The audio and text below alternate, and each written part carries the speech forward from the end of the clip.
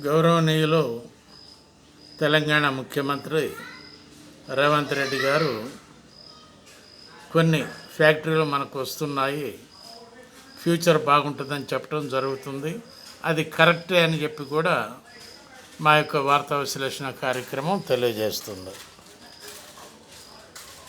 ఎందుకంటే డిఫెన్స్ విషయంలో మన హైదరాబాదుకు మంచి పేరున్నది, మంచి మంచి ఫ్యాక్టరీలు వస్తున్నాయి అనేటటువంటి ఉద్దేశంతో అన్ఎంప్లాయ్మెంట్ ప్రాబ్లం అనేటటువంటిది తీరిపోతుందని చెప్పి మన యొక్క ముఖ్యమంత్రి రేవంత్ రెడ్డి గారు ప్రకటించడం జరుగుతుంది.